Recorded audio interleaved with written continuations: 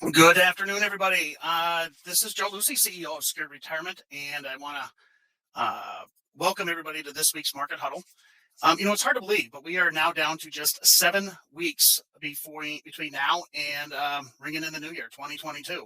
And so this week, what I wanted to do is I wanted to spend some time talking about 7 things that we should be thinking about right now before the end of the year regarding our retirement planning, and see if we should be addressing these in our retirements situation, or something that we want to ignore this year. But either way, there are 7 things that I think that everybody should be kind of looking at. And by doing so, I think a lot of us will find that some of these decisions are smart, they're savvy, and taking advantage of them is something that everybody should spend a little bit of time on between now and let's say the next couple of weeks, because some of these are going to take a little bit more time than just checking a box. So, this year hasn't really been much of an ordinary year, is it? We got a new stimulus that came out here over the weekend, another $1 trillion. So that's another trillion on top of 3.5. We've got significant tax increases that they're talking about in the works. Inflation, which is running close to 6%, if not a little bit higher. Stock market hitting all-time highs. Record low interest rates. There's a whole lot of things that are going on here in 2021. And as we go through this, I think that you'll see that there's some opportunities that we can either take advantage of some situations regarding maybe next year's or future tax rates, making sure that we put ourselves in the best position to enter into 2022 and what have you. So here are the 7 things that we're going to be discussing here this week. At the end of this presentation, if you would like to spend some time with one of our advisors, as normal, we will make sure that everybody has an opportunity to schedule some time on our calendars. Whether you're an existing client or maybe somebody has forwarded this on to you, we want to make sure that we are available to go over any of these 7 areas with you, and addressing these before year end. Of course, anything else regarding your retirement planning as well. So here's our normal disclaimer here. Just keep in mind as I go through this, I have no idea when or how soon or even if tax rates are going to go higher. I am in the belief that tax rates certainly will.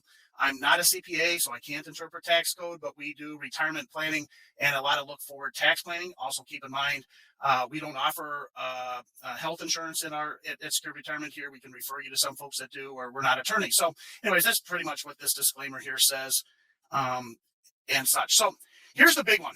The first one anyways, it's maybe not the biggest, but it is certainly something that everybody should be taking a look at.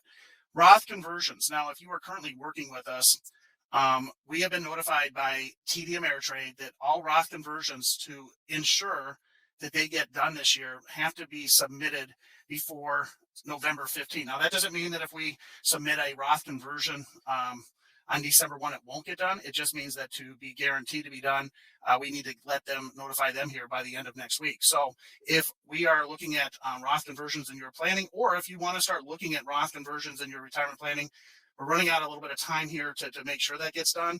Allianz and some of the other insurance carriers are going to be closer to mid-December as far as Roth conversions. And really the discussion here around Roth conversions goes beyond, it's really look forward tax planning. We want to make sure we sit down with you, look at your situation. If you are in let's say a 22% tax bracket, that would be somebody that has for the most part, adjustable gross income, about a total income of about 105,000. If you're in a 22% tax bracket, filling in that bucket usually makes a lot of sense. We have families. Let me take that back. Under 105, you're probably in a 12% bracket. So we want to look at doing that. If you're already in the 22, let's discuss how much room there might be in the 22% or 24. Keep in mind that the current tax rates we're in are already scheduled to expire, regardless of what goes on here in Washington. They're already scheduled to expire here on December 31st, 2025. That means we have 2021 and then 3 more tax years to reposition based on the information we already know. Of course, Congress can do anything they want. They can obviously make changes sooner than that, with a $4.5 trillion and another $1.5 trillion that they're talking about possibly passing here between now and the end of the year. A betting man would say that we are probably going to see higher taxes in the future than now. And so let the team here sit down with you, go over what your personal situation is, see if there's room that we should be taking money and proactively paying some tax at today's discounted 40-year low tax rates, to put yourself in a better position long term. John, I see your message here. Let me answer that question, John, at the end here. So I'll come back to John asked a question about future taxes and such, and we'll probably I'll make sure because we're going through these 7 things that have to be done between now and the end of the year. I'm sure that there will be some questions about your own situation. And I'll try to address those as we can in this format. And if it makes sense to kind of refer you back into the office, we'll do that. But I think that's a question, John, we can answer. So anyways, number two, what else can we be doing? Well, if you are currently still working, we can make sure that we're filling in how much money is going to our retirement accounts. One question I often get, because we spend so much time talking about Roth conversions and Roth planning, tax-free planning, a lot of us that are working have a Roth 401k component. Typically, what I would tell you is that it's better to fill in a traditional 401k if you have outside IRAs and then do a conversion at the end of the year. It just gives us a little bit more clarity of where we sit by the end of the year. But right now, if you were going to be looking at setting aside money for your 401k, increasing that amount, or even just making a traditional 401k or traditional Roth IRA contribution, that's something we should probably be sitting at 101. But for 2021, we can currently set aside $19,500 into a company-sponsored 401k, 403b, even the thrift savings plans. Those are all in that $19,500. Many of you that are on the call here are over the age of 50. Congratulations. You get to add another $6,500 to that. So right now, if we are putting money aside in a 401k and you have the means to do so, you can set aside up to $26,000. On top of that, you get a match, possibly, maybe some profit sharing, depends on everybody's plans. So filling that in between now and the end of the year is something I think everybody should be at least looking at. Again, our team can help you decide whether it should be a more traditional, a tax deferred contribution, or if it's one that should be more towards the Roth. I'll answer all questions at the end here, John. So that's one thing to keep in mind. Now, 2022, we just came in with numbers here last week on what they're doing in 2022. A traditional IRA, if you're able to make a deductible IRA, or everybody that's on the call is eligible. If you can't do a traditional deductible IRA, you can always do a non-deductible IRA, or a Roth IRA for those that are available. That amount is $6,000 that can be put into a traditional or a Roth IRA. If you're over age 50, you can do another $1,000. So that's $7,000 total for families over age 50. You actually have until April 15th to make those contributions if it's a contribution. But to get the money into the 401k, that has to typically be done before the end of the year. You want to take a look at seeing how that works. Also, in 2022, they've increased the company-sponsored contribution limits. So starting next January, we can now set aside $27,000 into most company-sponsored plans, 401ks, 403bs, thrift savings plans, and what have you. So you want to start thinking about next year, consider increasing the amount of your contributions if you're still working into a 401k. So the first area that I wanted to talk about is, should you be doing any conversions? Number two, look at optimizing your employer plans if you're still working. The third that I wanted to go through, we're going over the 7 different things that we should be looking at between now and December 31st. And the third is, if you're charitably inclined, let's make sure that we look at how we're doing that. A qualified charitable distribution is an opportunity for somebody that is age 70 and a half. If you are not 70 and a half, this isn't open to you. But if you are 70 and a half, you can start to take money from an IRA or a 401k. And as long as the money is sent directly to a qualified charity, they have to be registered as a 501c3. I can take money from my IRA and go directly to a charity, and then it doesn't even hit the tax return at all. This is usually more favorable for families that, especially if you're in the process of maybe taking a required distribution. If you're taking that distribution, it goes in the checkbook, and then you write a check with the higher standard deductions. A lot of families aren't even able to write that off, and in many cases, only some of it's being able to be written off. A qualified charitable distribution, if you are over 70 and a half or turning 70 and a half before the end of this calendar year, let's talk about whether a QCD, a qualified charitable distribution, makes sense. If you're going to be turning 70 and a half next year, this is also a good opportunity to sit down with the team here. Let's look at how that might benefit you, and we can do that a little bit more one-on-one with your planning. If you're not 70 and a half, keep in mind, we still got to make these charitable distributions, or the charitable gifting has to be done before December 31st. So what are some thoughts we have? Well, I usually encourage families, if you have stock that's sitting outside of a retirement account and it's in a brokerage account, you get a 1099 for it.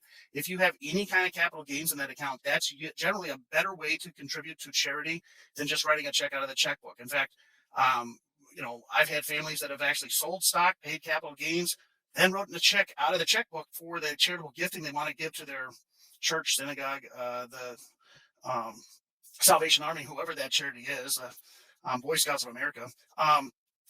That doesn't, if you give that stock away before you sell it, you won't have to pay capital gains on that, and the charity doesn't either. So it's a good way to make sure that you're giving aside money. If you give away $1,000 worth of stock, you'll get full credit for $1,000 charitable gift, but nobody has to pay the tax. So sometimes we'll see that. It's not always just stocks. Sometimes it's actually larger assets with bigger gains. It can be rental property or farmland. It can be pretty much anything that has a capital gain. If you're going to be selling something that has a large difference between what it was acquired at, what the cost basis is, and what it would be sold for, and you do charitable gifting, it's a good idea to sit down and talk about whether or not you should actually sell that first and then give a gift, or if you should just give a portion of that directly to charity. That usually makes a lot of sense. Again, if you're doing charitable gifting, let's make sure we sit down and visit with the team here and talk about some ways we can do that.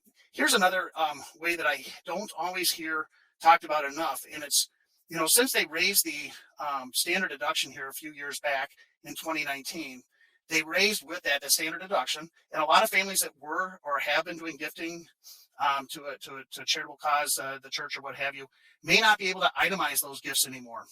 Well, if that's your situation, because the state and local taxes can only be written off up to $10,000, it really eliminated a lot of the families that were able to take an itemized deduction with their charitable gifting, and then those that can't anymore. Let's sit down, because there might be an opportunity here to group up your charitable gifts. What do I mean by that? Well, let's say we're giving $5,000 a year to the church.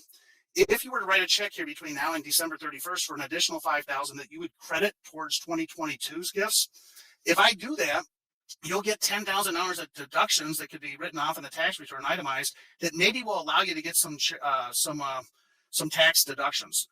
There's other ways that we can actually do multi-year gifting. Sometimes we'll use what's called a donor advised fund. If you're thinking charitable gifting and that's something that you're doing in your plan, make sure you sit down with the team here between now and the end of the next week or so. Let's look at your situation. Let's see if there's some opportunities here, things that you need to be doing here before December 31st. And again, it's only 7 weeks away. It's going to go so fast.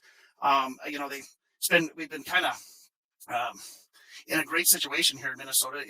The weather has been so great this fall. They're saying snow by the end of this week, so maybe it'll start feeling like we're getting to the end of the year here by the end of this week. But anyways, a lot of what we're talking about here today, things that you should be doing, it should all be personalized, set aside for your own situation.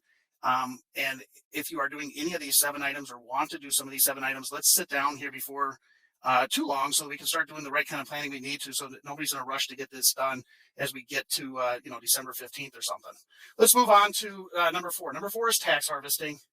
This year, because the market has been so strong, there isn't as quite an opportunity of tax harvesting as maybe we've seen in the past. What's tax harvesting? Well, if I have a portfolio of, let's say, 30 stocks or whatever your number is, or any one position that might be down in value, if I sell that, I can offset a capital gain with it. So if you have gains in your accounts, maybe by selling off some of the stock that's at a loss, we can offset some gains, keeping your taxes down. But ultimately gives you more room to maybe move to a Roth conversion, or keeps you in the lower bracket, keeps you from paying extra Medicare premiums. There's a lot of things to look at there. So if you have losses in the account, the only rule that the IRS has is that if you have a loss, you have to wait 30 days to buy back the same exact position. So I own General Motors, which I don't, but if I did, and let's say I owned it at a higher price, I could sell it today, offset any gains I have, or even up to $3,000 can be written off of my ordinary income on my tax return. I can't buy back GM for another 30 days. Now, 31 days, I can go buy that back. So if we want to do that before the end of this calendar year, you can sell it now, buy it back. There is nothing that says you can't buy a similar type position. So maybe I like Ford just as much as GM. I can sell my GM, buy Ford back the next day. And if, a lot of times if GM goes up, Ford goes up, that kind of thing. We can take a look at those situations. But keep in mind that the 30-day waiting period that I'm talking about only applies to taking a loss. If you actually sell something for a gain, and sometimes we'll recommend this, families can take advantage if you have existing tax losses, maybe sell something for a gain. I can buy it back the next day. Now, the only trade-off is I have to now wait a full year before I can sell that at a long-term gain. But short-term, as long as I plan on owning the position for at least another 12 months, I can sell it, take a capital gain this year. Maybe you have a low income year. It makes some sense. You can sell it for no taxation at all on the capital gains rates because you're in the 12% or lower bracket. This sometimes makes sense too to do, or even with a portion of the portfolio, because maybe in 3 years you do need this for a cabin or a trip or just to fund your retirement. If I sell it and reset that cost basis to a higher amount than today's amount, and then I sell it again in 2 years, yeah, you might have a gain still, but it won't be the same gain as it would have been. So there's some things we can do there. Yeah, Peggy, this is what's called the wash sale rule that I was just talking about. If I sell something, I got to wait 30 days to buy it back. In fact, they passed this law somewhere along the way, and then people started getting smart. What they would do is let's say I had 1,000 shares of Honeywell, and I got 1,000 shares at a loss. Well, if I bought 1,000 shares on top of the first 1,000, now I have 2,000. I would wait a day, then sell that original amount. Iris got smart to that. They said we got to wait 30 days before and 30 days after the sale of a stock at a loss, or any asset actually at a loss that's got a capital gain. So that's this wash sale rule. We got to wait 30 days before, 30 days after. Our team here, we can walk you through this if it makes sense, and show you how that would work. So anyways, any of these 7 things that we're talking about, what I guess the real call to action here today is, any one of the 7 seems to be something you want to explore, please give us a call. Let the team work with you, because we don't want anything falling through the cracks here between now and the end of the year. And let's help walk you through that. So 7 things. First one was around Roth. The second one was around the employer contributions, making sure you optimize those. If you're doing any charitable gifting, give us a call. Tax harvesting is the 4th. Here's the 5th. Review that health insurance. Anybody that's on Medicare knows it's open enrollment. You can't help but open up the mailbox and see all these flyers and such falling out of the mailbox on you. You have a limited amount of time that we can change an existing Medicare supplemental plan and what have you.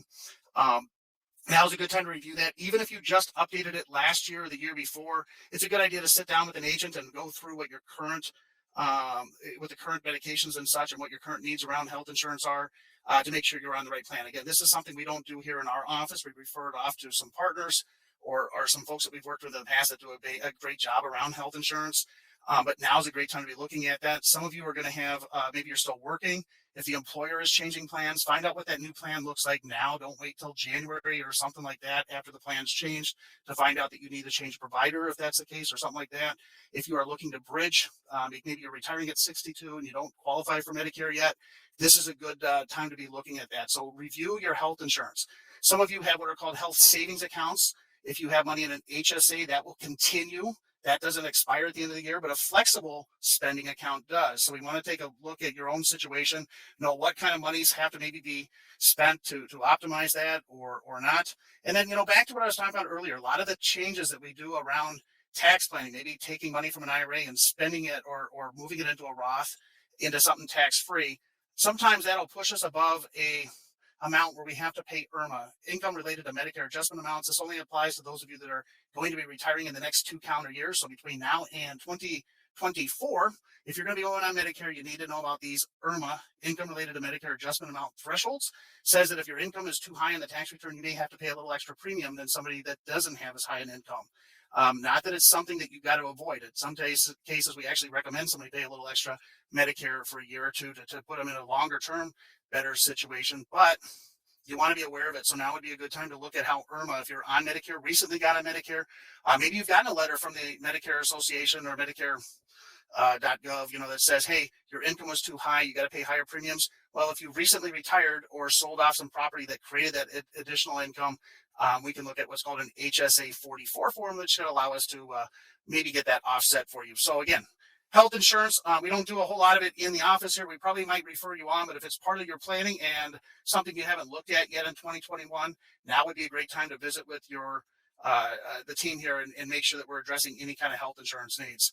Number 6, beneficiaries, estate planning. This is the one area that nobody wants to think about necessarily, and that's facing our own mortality. But you have to be brave enough to look at that, because all too often we see situations where maybe a beneficiary form was set up incorrectly. Maybe we end up putting somebody on there that we no longer want on there. I see that sometimes with charities. We have a charity we used to love or something like that. We want to remove them. Now's a good time between now and the end of the year. Let's go through. Let's make sure your beneficiaries are set up correctly. There's right ways and wrong ways to do it. If you are sitting on a beneficiary form anywhere that says that the amount would go to your estate if you pass, that needs to be corrected. That is a 100%. That will create a very likely tax situation for somebody down the road. And very, very, very rarely do I find families that really just want it going to the estate. For the most part, we want to name individuals. So let's look at that. When it comes to estate planning documents, there's one form that again, we're not attorneys here. I don't draw up the documents. We can refer you to some attorneys. But there's what's called a power of attorney. It gives somebody else the legal right to act on your behalf. Now, this should go with your trust. If you have a trust, that's a good document because it allows us to identify somebody that can step in our shoes. But that trust doesn't work while we're still alive with our retirement accounts. And because so many families we work with here at Secure Retirement um, have IRAs and retirement accounts, 401ks, thrift saving plans, what have you, 403bs. The trust will not allow somebody to step into your trust on your behalf. So a client of ours that might have a heart attack or a stroke or something like that, they become incapacitated. They've been married for 30 years. They probably 40 years, 50 years, whatever your situation, they probably have somebody that they would like to be able to make decisions around that account. It's oftentimes a spouse or a child. The only way that they have access to an IRA stands for individual retirement account, is if I have a power of attorney. Now, power of attorney has become, the legal term is stale. Anything over 5 years, you'll probably want to visit with an attorney and see if you need to update it. I would say, rule of thumb, if you have a power of attorney in place and it's over 10 years old, it's a very inexpensive document to get updated, usually less than a couple $100. Get those documented or get those updated, because that is one area where all too often it rarely happens, but when it does, there's a crisis over the weekend. Somebody's had a health issue, and now whether it's the children or a spouse is coming to us asking how they can get access to a retirement account money or what have you. And we have to tell them that they have to go to an attorney because the custodian we work with, TD Ameritrade or an insurance company or what have you, says that they don't have a power of attorney. They don't have the legal right on file. So we want to make sure you have this taken care of. It's an easy thing to do and something that not necessarily has to be done before December 31st, but it's a good idea to be taking a look at that now versus while you're looking at all the other things between the end of the year. Last one, reviewing your investment strategy, your risk tolerance. There's 3 risks out there. Risk capacity is how much you can lose and not have to change your retirement. That's a mathematical number. Risk needed says that if I've got a whole lot of money sitting right now in a savings account and it's earning me 0%, and inflation is now growing at 5.5%, 6%, numbers we haven't seen in a very, very long time. Think of somebody if inflation grew 6% last year, I have money sitting aside in a savings account earning me 0. I just lost over the last 12 months 5 to 6% on money that's earning me nothing. And it's because of the loss of buying power. So we need to make sure that we're getting a better return for the money that is safe and you want to keep liquid like savings. Also, there's this risk tolerance. Risk tolerance says that that's an emotional risk. So risk capacity is a numerical number. How much can I lose and still have my the secure retirement I want? Risk required is how much do I have to earn on my money so that I don't lose buying power. And then the third one is risk tolerance. That's just your emotional risk. If you're the kind of investor that every time you see a down statement, you're having palpitation, you're having a hard time, maybe we need to come and address that. And on the other hand, maybe you need to see a little bit more growth. You're okay with a little bit of risk. It's something the team can work with you on. Now would be a great time. We got the market at all-time highs. It's a good idea. Let's sit down, look at your risk tolerance. We can actually run for you some scenarios. I can look at your portfolio as it sits today historically, tell you what you would have lost during 2000, 2001, or 2008 corrections, or even at the beginning of this last year when COVID hit, what would you have gone down? I can also look at this statistically. If you're taking on a certain amount of risk, is that okay for you to do that, to have a secure retirement? Will your money last long enough? So we can go through all that with you and sit down with that. So here's a couple upcoming events. On the 22nd, which is now just a couple weeks out, we're going to dive in a little bit deeper with charitable gifting, some of the year-end strategies that you can be looking at. Also, we have our Toys for Tots. You can drop off for the Marine Corps Toys for Tots, drop off a gift. If you write a check to the Marine Corps Foundation for that, we will match those up to a certain amount. But come on out, join us for lunch. It's what I call Toys for Tacos. We're going to have we'll have lunch, and instead of doing Jimmy John's or sandwiches like we a lot of times do, we're doing tacos on the 22nd. So come on out, join us here in the office, and learn about some gifting ideas around charity that can be done between now and the end of the year. A little bit more deeper dive than what I'm doing here today, and some other year-end strategies. So as I promised, here's how you get a hold of us. You can click on the bottom there too and schedule a time. All right, John, I'm going to get to some of your questions. You and Peggy both asked some questions here about wash sale rules. Okay, so the IRS says if I sell something for a loss, a capital loss, I can't just sell something and buy it back the next day. I have to wait 30 days before buying that position back if I want to recognize the loss on my taxes. Now, the wash sale rule says that if I sell something, I got to wait 30 days to buy it back. People got wise and started doing it another way. They buy a position, they double up on it, and then sell it a week or two later and try to take the loss. The IRS says you can't do that either. So the wash sale rule says that there's a 30-day period of time before the sale and 30 days after that if I want to take a tax loss on a position that gets sold, a stock position, that you have to wait this period of time. If you don't, well, then it's a wash sale and you have to make some adjustments to the cost basis on that. It's a little bit beyond, it's something we sit down with your accountant on, but just keep in mind, if I want to sell something for a loss, I got to wait 30 days. I can't buy the position between 30 days before I sell it and 30 days after if I want to recognize that loss. We can get into that a little bit more one-on-one with you, John, if you have additional questions and how it fits in your own planning. So you did a Roth conversion. Is there anything you need to be aware of for this year's taxes or anything else? If you did a Roth conversion, years ago, I did a Roth conversion years ago. If you did a Roth conversion several years ago, your accountant, whoever did your tax return, the software you used or what have you, should have filed. I think the form is an 8606. Somebody that's an accountant might want to double check that I got the right form there. But that's where we track how much money goes into a Roth or gets converted into Roths. So an 8606 form should have been filed. That's now with your return. And going forward, it should be getting filed each and every year. That's how the IRS keeps track of Roth conversions or even Roth contributions. Should be something part of the tax planning process. Maybe more important, John, looking at your own situation. We have just a couple weeks here. Again, back to what I was talking about when we were talking about Roth conversions.